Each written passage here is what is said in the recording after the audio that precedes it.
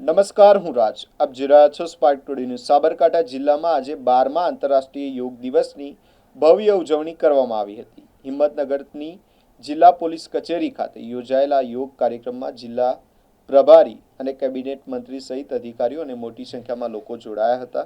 21 જૂન વિશ્વ યોગ દિવસ નિમિત્તે રાજ્ય સરકારના રમતગમત, યુવા અને સાંસ્કૃતિક પ્રવૃત્તિઓ વિભાગના માર્ગદર્શન હેઠળ સાબરકાંઠા જિલ્લા વહીવટીતંત્ર દ્વારા આ કાર્યક્રમનું આયોજન કરવામાં આવ્યું હતું. હિંમતનગર જિલ્લા પોલીસ કચેરી ખાતે યોજાયેલા યોગ સત્રમાં ઉપસ્થિત સૌએ ઉત્સાહભેર યોગાભ્યાસ કર્યો હતો.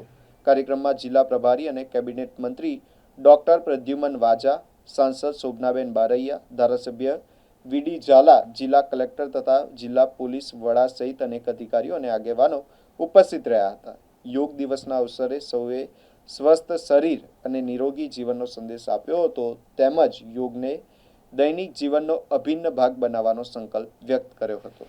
આજે અહીંયા હિંમતનગરના આંગણે વિશ્વ યોગ દિવસની ઉજવણી કરવામાં આવી.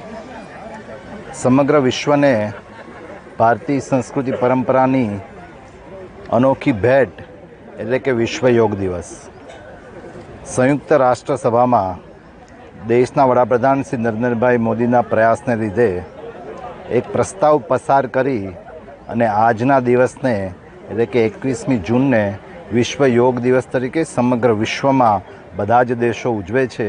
ત્યારે ઉજવણીના ભાગરૂપે આજે હિંમતનગરમાં પણ સમગ્ર યોગ પ્રેમી જનતાઓ આજે બધા જ સામૂહિક યોગ દિવસની ઉજવણી કરી. યોગ એટલે જોડવું, તન અને મન સાથે અને આત્માને જોડાણ એટલે કે યોગ. એટલે તનને મનને સ્વચ્છ રાખે અને આ જે વર્તમાનની જીવનશૈલી છે અને બેઠાડું જીવન, તણાવમુક્ત જીવન, આ બધામાંથી જ એક રામબાણ ઈલાજ હોય તો એ યોગ છે.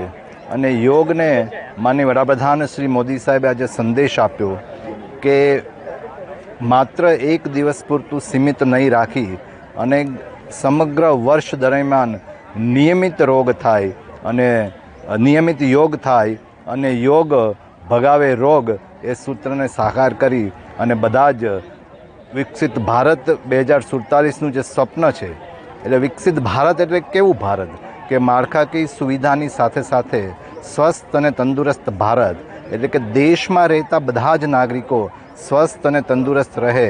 એટલે રોગ દ્વારા વ્યક્તિ તંદુરસ્ત રહેશે, વ્યક્તિ તંદુરસ્ત રહેશે તો સમાજ તંદુરસ્ત રહેશે અને સમાજ સ્વસ્થ રહેશે તો રાષ્ટ્ર સ્વસ્થ રહેશે. એવી શુભ કામનાઓ સાથે વિશ્વ યોગ દિવસની હું બધાને શુભેચ્છાઓ પાઠવું.